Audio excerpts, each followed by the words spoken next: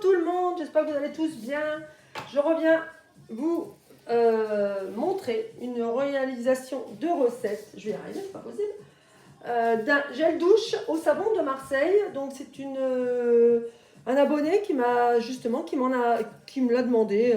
Donc je lui ai proposé justement de réaliser la recette. Donc je l'ai déjà commencé parce que j'ai eu un souci avec ma caméra. Du coup j'ai eu une coupure. Donc la préparation est déjà lancée, mais je vais vous expliquer le pas à pas. Pour réaliser un gel douche au savon de Marseille végétal, avec du savon végétal, donc c'est du savon que je prends chez Marius Fabre. Si vous utilisez un autre savon de Marseille, qu'il est enrichi en glycérine et puis en huile de palme, je peux vous assurer que le gel douche, il va être compact. Ça va être la catastrophe. Ça va être gélatineux, ça va être la catastrophe. Vous n'aurez pas le résultat escompté et ça ira pas. Donc surtout, prenez bien un savon sans huile de palme et sans glycérine ajoutée. Celui de chez Marius Fabre, il est enrichi en huile de tournesol, l'huile oléique. Voilà, qui est très bon pour la peau. Pour ce faire, j'ai fait bouillir de l'eau dans ma bouilloire. J'ai fait bouillir 400 ml d'eau. J'ai ajouté mes 40 g de copeaux de savon de Marseille. Ensuite, j'ai mélangé le tout. J'ai ajouté de la basse consistance. Donc, une basse consistance, c'est ce qui va permettre d'avoir un peu de texture, voilà, à la matière. Et puis, c'est aussi un petit peu doux. Ça va éviter que ça soit un peu gélatineux, etc. Donc, vous pouvez vous en procurer sur le site de Aromazone. Pardon.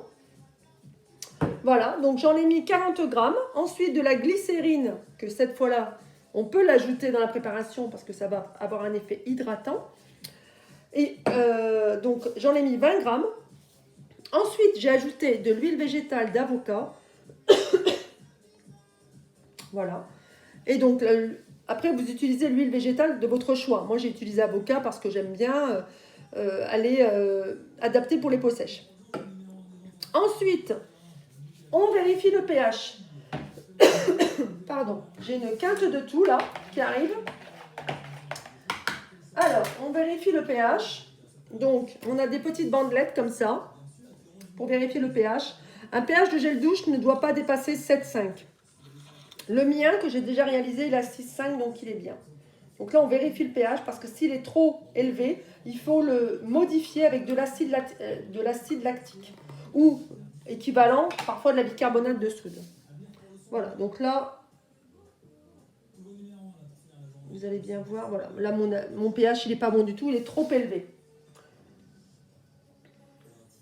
Je suis à 8. Pardon, à 8,5. Je suis à 8,5 au niveau du pH. C'est la catastrophe. C'est surtout pas ce qu'il faut faire. Donc, j'avais prévu, je le sais, hein, dans ma recette, le pH est toujours élevé. J'ai ajouté de l'acide lactique. Donc, je vais en ajouter 5 ml. Et ça va faire descendre le pH de suite. Et je vais arriver à 6,5, maximum 7. Il ne faut pas que ça soit un pH trop acide. Sinon, forcément, ça va vous créer des démangeaisons, etc. sur la peau. Ce n'est pas le but. Ensuite, donc l'acide lactique, c'est ça. Vous pouvez vous en procurer aussi sur le site Aromazone ou d'autres sites de cosmétiques, hein, chez Jolie Essence, Greenwiz, enfin voilà. Et puis de la vitamine E. Donc la vitamine E, on part sur 4 gouttes. 3, 4. Bon, moi, mon contenant était déjà ouvert. Voilà, 4. Et ensuite, on ajoute un conservateur. Donc moi, j'utilise pas du Cosgar parce que parfois le Cosgar apporte des... Comment ? Il est plus efficace, entre guillemets, le Cosgar sur une plus longue durée. Mais je préfère utiliser le Sidal. C'est un conservateur aussi naturel, mais moins agressif pour la peau. Le Cosgar, parfois, on peut faire une réaction allergique, des boutons, ça gratte, etc. Donc là, on part sur 20 gouttes.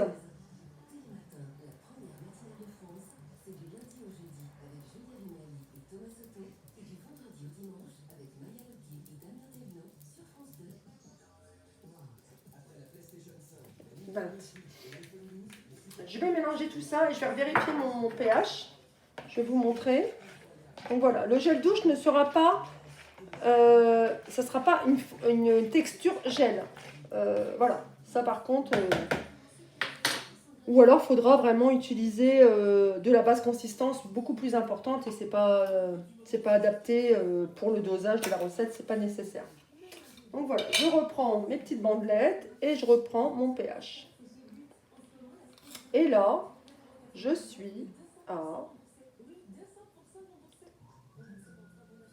6,5. Voilà. Le pH de la préparation, je vais essayer de vous la montrer. Je suis à 6,5. Voilà.